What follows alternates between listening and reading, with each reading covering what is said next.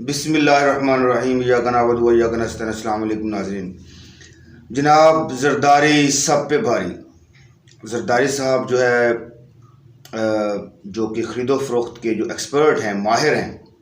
एक दफ़ा उन्होंने सिंध हाउस में जब इमरान खान साहब की जो हुकूमत है उसको गिराना था तो नेशनल असम्बली के जो मेंबरान हैं उन सबको इकट्ठा किया था। वहाँ पे ख़रीदो फ़रोख्त का एक बाज़ार था, मंडी लगी हुई थी जहाँ पे 25-25 करोड़ में एक जो MNA है वो बिक रहा था या उसको जो है वो उसकी कीमत लगाई जा रही थी। तो वैसी ही सूरत हाल अभी जो है वो हमज़ा शहबाज की हुकूमत को बचाने के लिए जरदारी साहब जो है वो बिल्कुल उसी डगर पे फिर दोबारा हैं और अभी जो गेम है वो 25-25 करोड़ से कहीं बढ़कर 50-50 करोड़ रुपया या इससे भी ज़्यादा जो है वो पैसों की जो है वो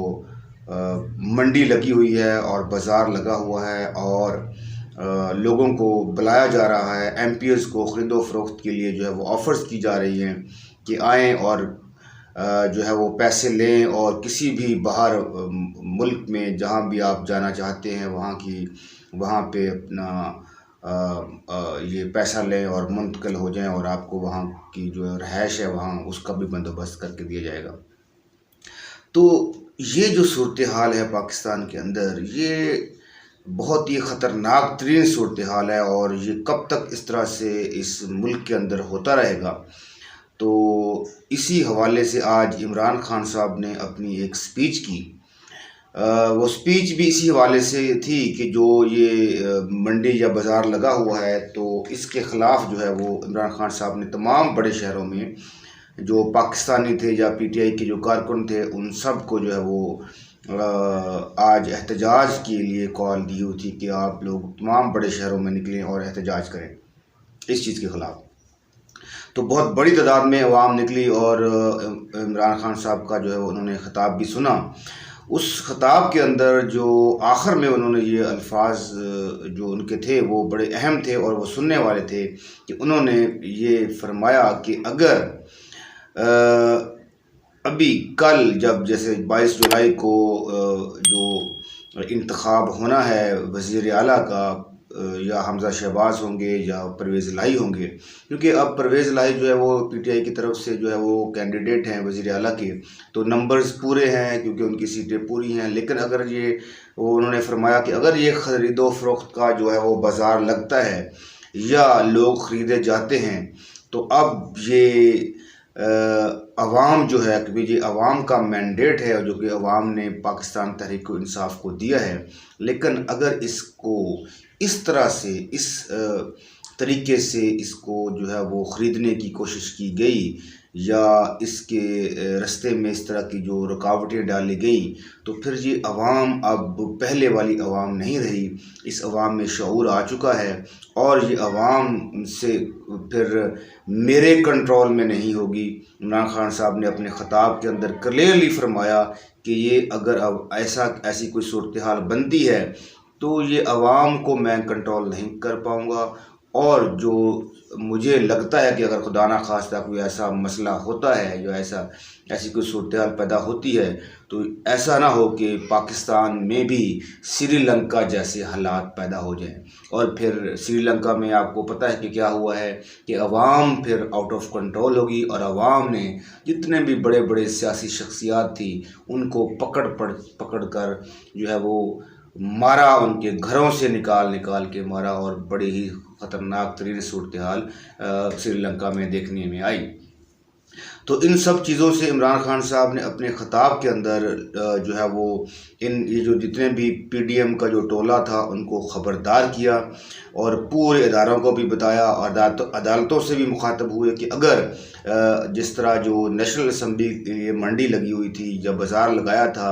आसिफ जरदारी साहब ने या जो लोग बिके थे जिन्होंने अपने ज़मीर बेचे, उस वक्त अगर सुप्रीम कोर्ट या हमारी अदालतें जो हैं वो इसके ऊपर एक्शन लेती तो आज ये सूरत हाल शायद ना होती। तो उन्होंने अदारों को भी मुखातब किया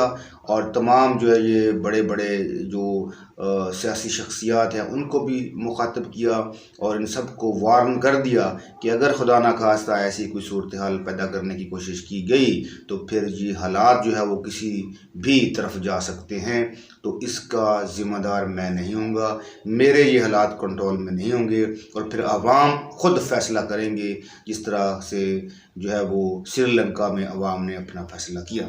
तो ये ताज़ा तरीन जो सूरत हाल थी ख़िताब की, वो आपके साथ इमरान खान साहब के ख़िताब की वो आपके साथ शेयर करनी थी। और मैं ये समझता हूँ कि इस तरह की ये जो मंडियाँ लगाई जाती हैं सियासतदानों की तरफ से, और ख़ास तौर पे इस चीज़ में जो अब एक्सपर्ट हैं आसिफ जरदारी साहब, इस तरह की जो गंदी सियासत जो है वो इसका ख़ात्मा होना चाहिए और ऐसे जो है लोगों के ख़िलाफ़ और ऐसे सियासतदानों के ख़िलाफ़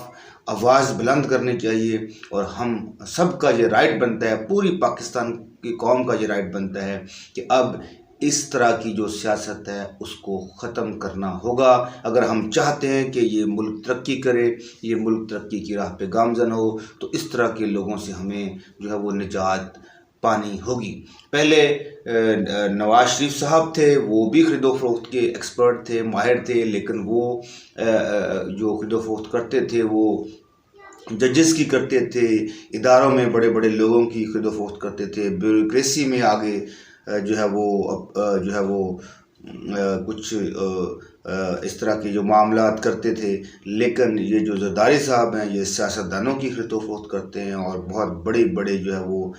माली जो है वो बोलियां इसमें लगाई जाती हैं और इतना पैसा कहाँ से आता है, तो ये आप लोग सब समझ सकते हैं कि ये इतना पैसा आवाम का ही पैसा होता है जो कि चोरी किया हो सकता है, या उनके ऊपर जो है वो जिस तरह के इमरान खान साहब ने फरमाया कि जरदारी साहब को 10% कहा जाता है था नून लीग की तरफ से, कि वो 10% के हिसाब से जो है वो तमाम पाकिस्तानियों से टैक्स लेते हैं। तो वो ये सारा पाकिस्तानी अवाम का ही पैसा होता है जो कि इस तरह से जो है वो सियासतदानों की ख़रीदो फरोख्त के ऊपर जो है वो लुटाया जाता है। तो ये सारी सूरत हाल इमरान खान साहब की ख़िताब की थी, तो ये आपके साथ शेयर करनी थी। अपना ख्याल रखिएगा। पाकिस्तान जिंदाबाद, पाकिस्तान पाइंदाबाद।